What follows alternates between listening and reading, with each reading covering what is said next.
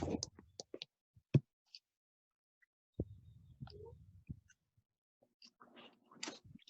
are we at? Get the chat up.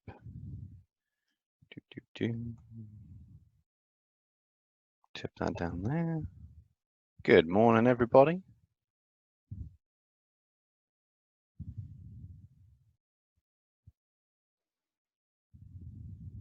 Hey, John.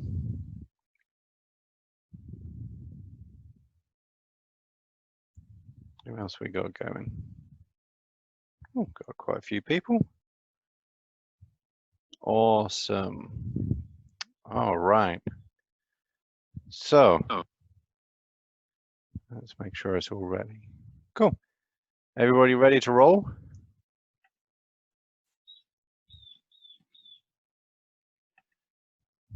I'll take that. Sure. Why not? Let's go. Hello, Paul. How's it going? It's going well. That's good to hear. Enjoying your time in quarantine, I hope. I am. Actually, Yeah. it's bloody lovely, to be honest. If I didn't have to teach these courses, it'll be even better. Okay, so I don't know what you want to do today. So we've got a couple of new PowerPoints up. So we're kind of up to date for kind of last week. So which is really Venus and barophiles, piezophiles. Just looking at the old schedule, still needs to be updated. Oh shit, there's supposed to be a quiz on Monday. Oh crap.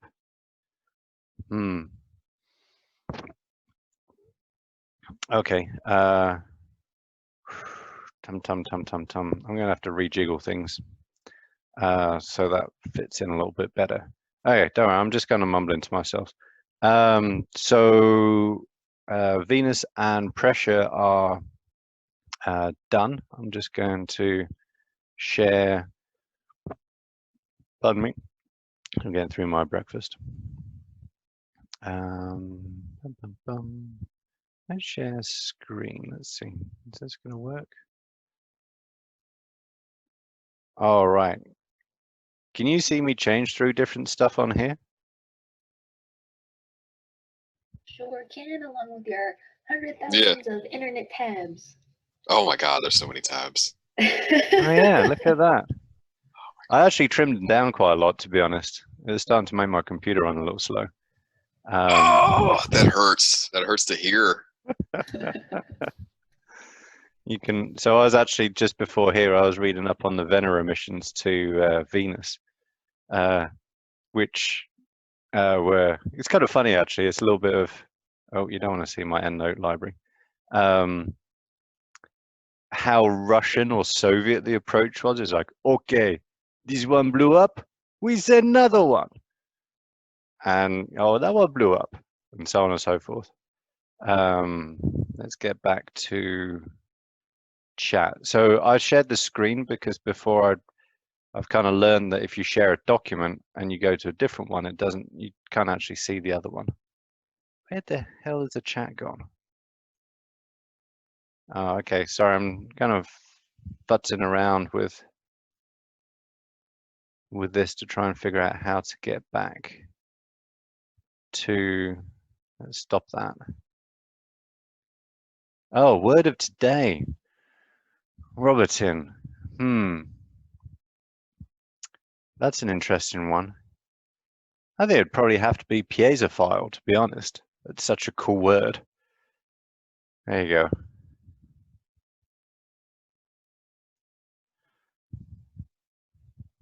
Another one to make you sound very smart. All right, let's see. What I'm trying to do at the moment, I'm trying to finagle my way around this. I'm struggling to see the chat at the same time as I have a document shared. Oh, okay, there we go. Okay. Well, There we go. That's better. All right. So essentially what we're going to be doing for the next few lectures is going through the solar system and really seeing where those conditions are found on Earth, right? And what life exists in those conditions. And that's very much a kind of central tenet of astrobiology. It's almost like the whole principle of uniformitarianism with regards to history on Earth, right? The approach to astrobiology is very much, let's think about what kind of extreme environments exist elsewhere, you know, so extreme aridity, for example, on Mars. And then we'll look on Earth and go, okay, well, we've got, you know, super arid environments in Atacama Desert, let's say, or Death Valley in, where's that, Nevada, Arizona, one of those two. What life lives there, right? What are the adaptations that it has to do so? And so essentially what we're trying to do is figure out, well, on all of these different environments, extraterrestrial environments, how likely it is that life might live there. And that's really not a trivial undertaking, right? I mean, you just have to look at all of the different missions to Mars and the various rovers that they have trundling around there and ones that are planned to go out. I think Mars 2020 is now Mars 2021. To be able to look for evidence of life, or at least things which would suggest life may have existed there before, right? And so it's a pretty serious undertaking, right? And it's a really interesting one too. So essentially, that's kind of I really like these pictures. They're a lot of fun. So this is just a fun like postcard from Venus, right? So if you went to holiday on Venus, this is kind of what you'd be sending back. The one that makes me laugh the most is weathered landers, and you can see there's a little Soviet star on those. No, I haven't been to Venus. I wouldn't last very long if I did. In fact, none of us would. Do you have one of these postcards for like every planet? I don't, not for everyone, but there is an artist that, come on, does these ones. Oh yeah. So let's see if I can find, again, extra tab up just for you, Paul.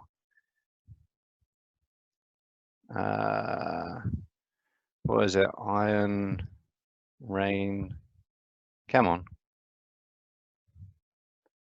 Planet. Dum dum dum.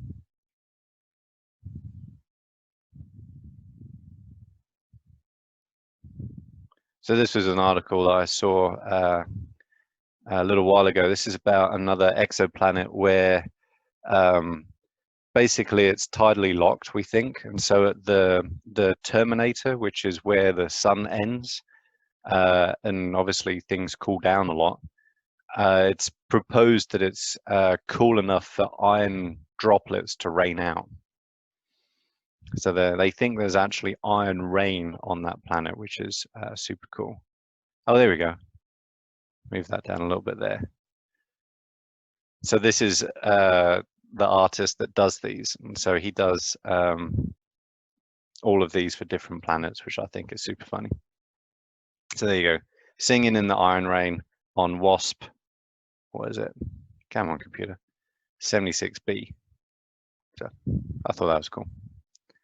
All right, let's get back onto track. Yeah. Anyway, so there's always these kind of pictures available for all of these different places. Like they're basically like 1930s. Shoot, what's the style?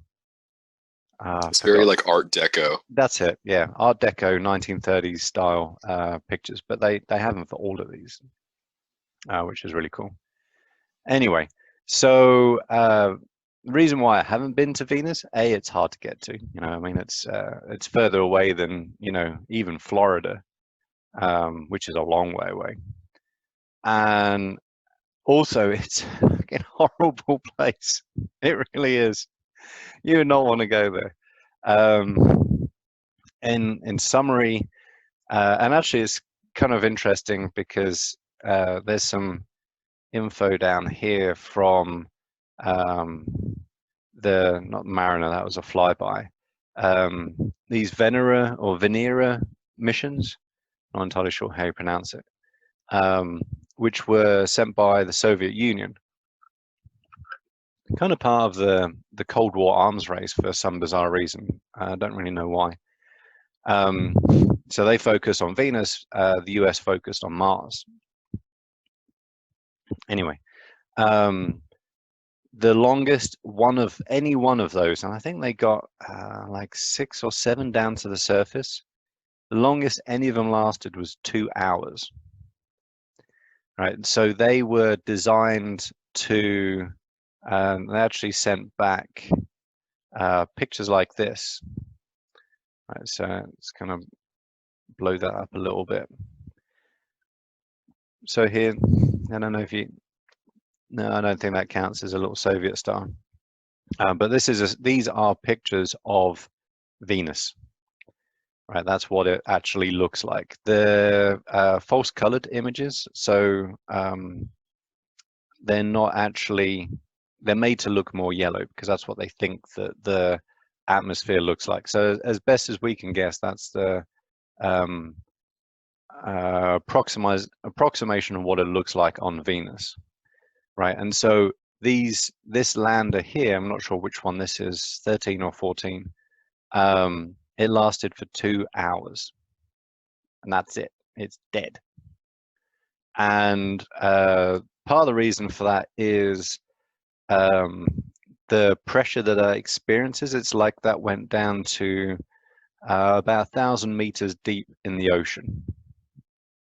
And so just to give you I kind of look this up beforehand, that's about the crush depth of the most advanced American nuclear attack submarine. So if you think about that, it's so beautiful. Yeah, I mean, if you like the color yellow, it's like totally awesome. If you think about it in those terms, like that, the pressure on Venus is astonishing, right? Is about 100 bar, give or take, so about 100 times atmospheric pressure. And that's the reason why most of the original landers died so quickly, is because they just got crushed. Also, another kind of bad thing about Venus in terms of atmosphere is that it's, I mean, not for landers, but it's largely carbon dioxide, and it's very hot. So what is it in Celsius? I always get confused between the two. Let's get back here. Come on. 400 and something. Yeah, 462 degrees Celsius. Right, so it's like being in, well, actually, it's worse than being in a deep sea pressure cooker. It's very, very hot. It's very high pressure. There's lots of sulfuric acid around, so they think it has sulfuric acid clouds, right? So that doesn't sound good to me. And lots of hydrogen sulfide, and almost entirely carbon dioxide atmosphere. So it's from human perspective, it's a thoroughly miserable place to be. Also, it's kind of crazy as well that let's see, I don't think I have a particularly good image of. Oh, no, that's an actual surface image. Where do we have an image of? Here we go. So this is what Venus looks like in visible light, right? This is UV and infrared. So these clouds on Venus, right, they're so thick that you can't see the surface, right? So all surface exploration has either been done by those Venera landings or by non-visible wavelengths.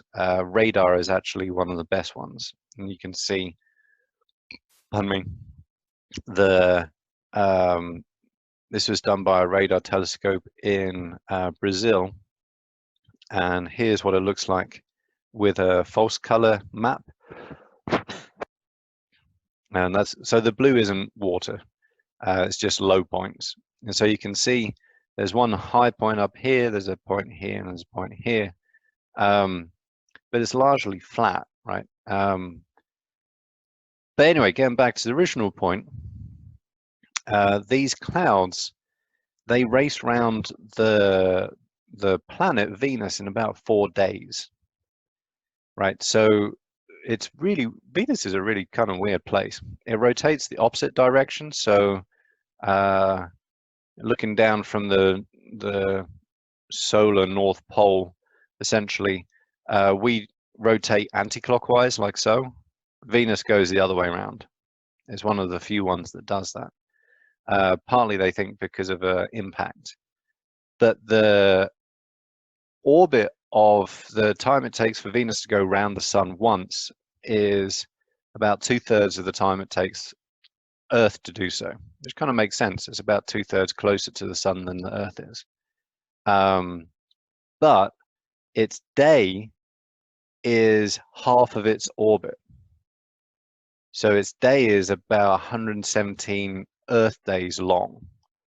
And so essentially it's very much like Mercury in that respect, because Mercury rotates itself twice for every orbit around the sun, and the Venus is the same, right? Also, Venus is upright. Not that it's like morally, you know, straight or anything, but it isn't tilted. The Earth is tilted about like so. And so the Earth is very much non-uniformly heated, right? If you have the sun over here and it's tilted like that, then the northern hemisphere up here is going to get more heat because the insolation angle is more direct. And the southern hemisphere is going to get less heat because it's more of an oblique angle, right? The sun's hidden at more of a oblique angle. And so that's what gives you the seasons, right? That's why we're coming into summer and Australia is coming into winter, essentially, or autumn, basically right now. But not Jupiter, Venus is about 3 degrees, 2.3, something like that, degrees tilt.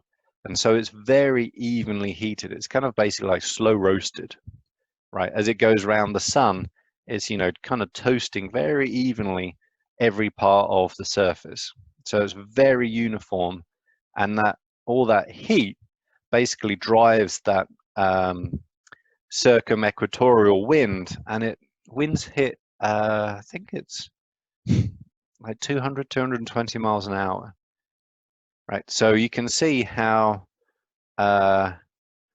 this thing down here, that Venera probe, didn't really stand a particularly high chance of survival, right? If you compare that to Mars, where I can't remember all the different names of the rovers. There's so many of them out there. I think Curiosity's still kicking around. The other one, which I can't remember, died because its panels got covered with dust, right? And so, but they've been going for several years, 2 or 3 years at least. I'll have to double check. I'll check for the Mars lecture. So you can kind of compare the two, like 2 hours on Venus, 2 years on Mars. It kind of gives you a very clear insight into conditions on that planet. So yeah, I wouldn't personally want to go there. It'd be pretty miserable. But the weird thing is they're very similar in size, right? So Earth is a smidgen larger. I think it's about 20% larger by volume, perhaps. But very similar. Both have plates, tectonic plates. They don't think there's much subduction on Venus because there's no water around to lubricate those plates. Volcanoes, more on Venus than there are on Earth, about 10 times as many. You can actually see them if you look at the, where'd it go? Here we are. All of these kind of pock marks around here, these black bits, can you see what I'm pointing at? Anybody? Yeah. Cool. I don't know, sometimes it feels like I'm just talking to myself, that's all. And just need to make sure that you're all still there. So yeah, all these kind of pock marks, they're all volcanoes, right? So there's quite a lot of them. And that's also what contributes to this kind of surface, right? So if you look at the images, this looks very much like you know, like one of the islands in Hawaii with an active volcano, right? This is lava, it's basalt. And so there's a lot of lava flows on Venus. And actually one of these landers did a kind of a punch test to try and sample the soil to see what it was. And the result that came back was basalt or basalt, however you pronounce it. What else? I think that's largely it for Venus, to be honest. So hot, high pressure, high winds, lots of sulfuric acid. Basically it. Does anyone want to go there now? That'll be a negative. Yeah, I'll pass. Thank you, though. Yeah, I mean, Elon Musk wasn't like, yeah, Venus, Mars, where should we send everybody for $50 round trip? No, it was Mars. So the funny thing is that Venus and Mars are both technically within the habitable zone of our sun, right? So I think Venus by definition is a little bit out of it because it doesn't have water, right? But they're still kind of, you know, more or less within that band, and they're very, very opposite. So Venus has, you know, a runaway greenhouse effect from all the carbon dioxide, which is why it's so hot. Huge, like really thick atmosphere, literally winds that are strong enough to, you know, knock over a lander kind of thing. Mars, by comparison, is completely the opposite, right? It's got a very thin atmosphere. It's quite cold, particularly at night. In fact, it's cold enough for carbon dioxide to freeze and form ice on the poles, right? So Venus, carbon dioxide atmosphere, Mars, frozen carbon dioxide on the poles. So they're kind of like the bookends, right, of the habitable zone. We're right in the middle. Anyway, anybody want to go over any more Venus stuff? It's an interesting place, not very nice though. Cool. All right, so what I'm going to do now is I'm going to do transposons, RNA processing. Give you like bad flashbacks to your genetics class. Okay, so essentially what I want to do, so this is, as I've probably told you before, a subject that I studied at, yeah, not genetics. It's a fate worse than death. Anyway, yeah, I'm not getting any disagreement with that. Basically, when I was a wee undergrad, I did my final year, hello love, thesis. So it's like a written dissertation essentially.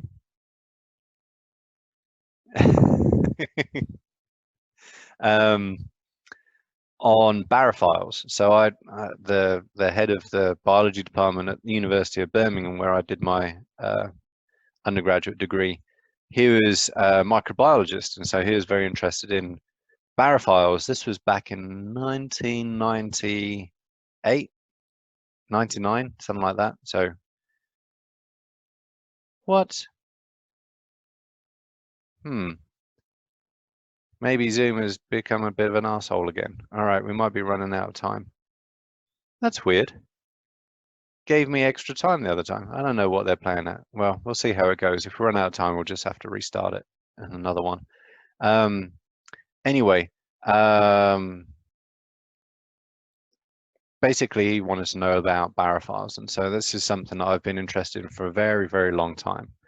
And so by definition, that's above 100 bar or above. So Venus would technically count as a high pressure environment compared with life on Earth.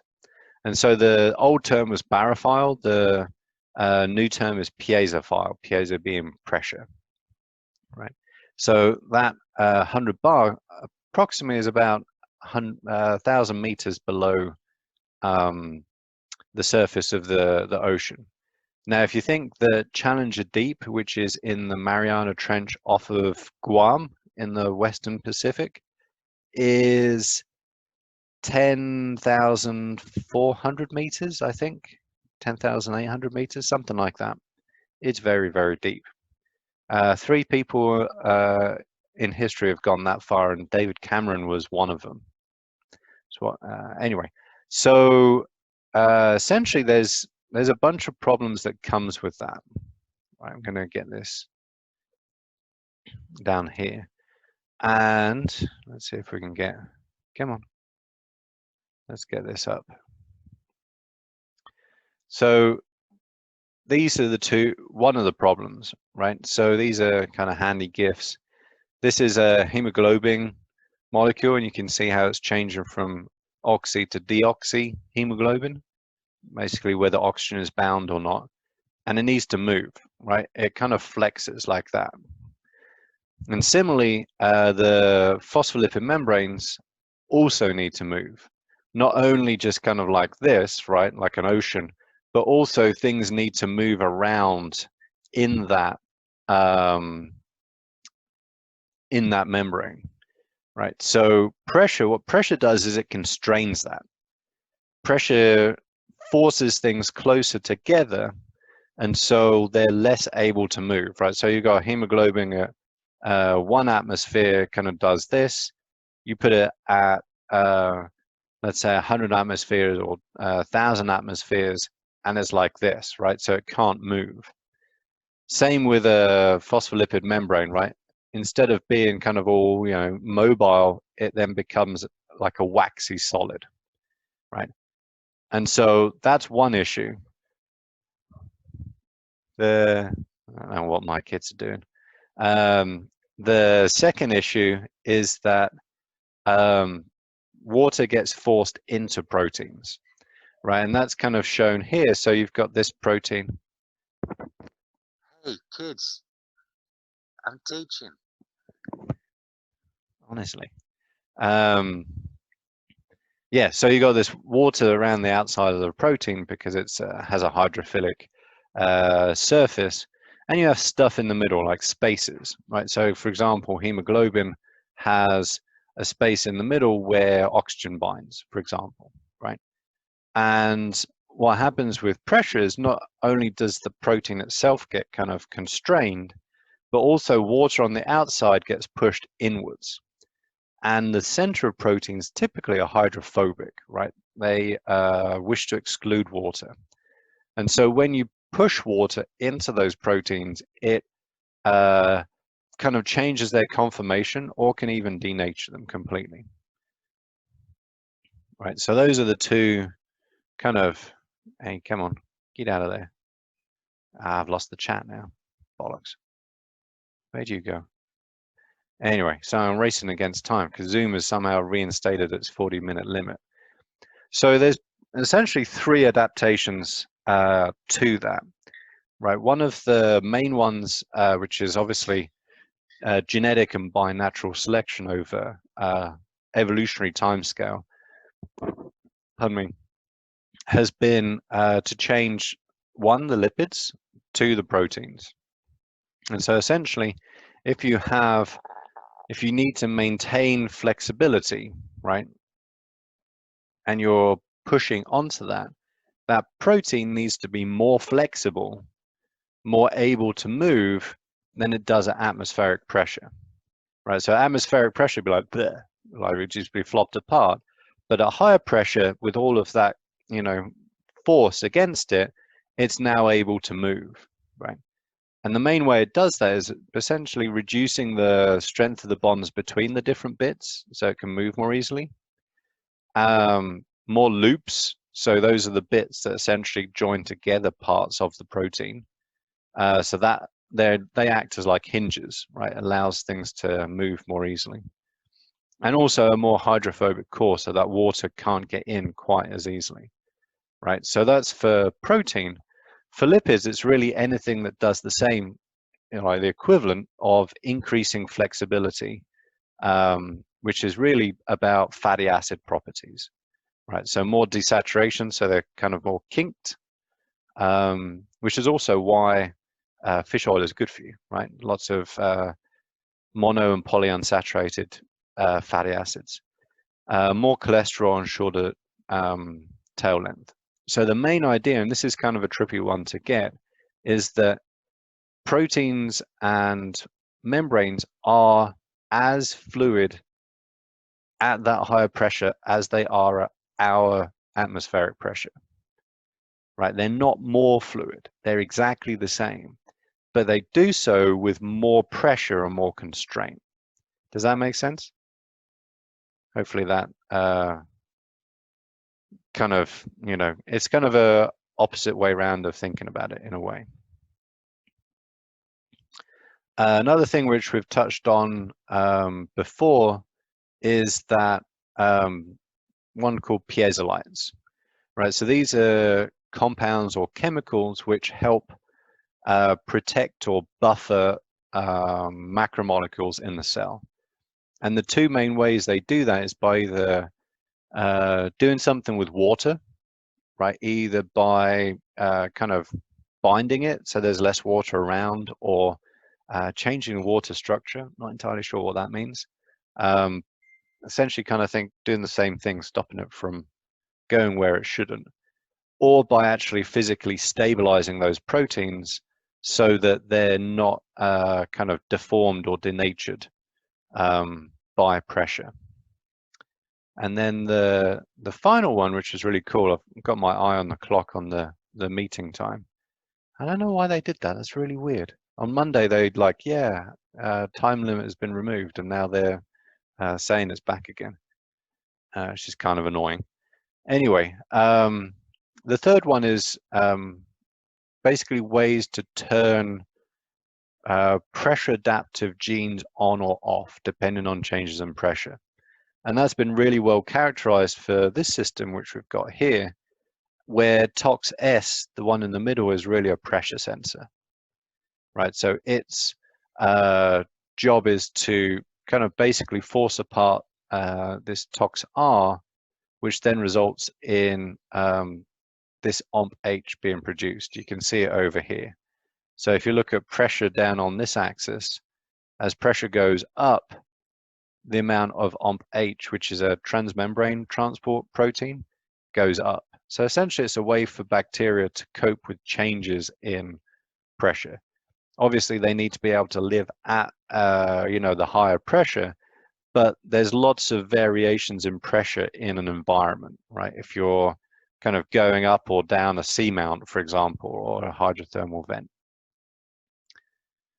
Okay, annoyingly, we've got to cut it short today. So what I'd want you to do, just because it's fun, is have a look at some of these cool pictures in the rest of the PowerPoint.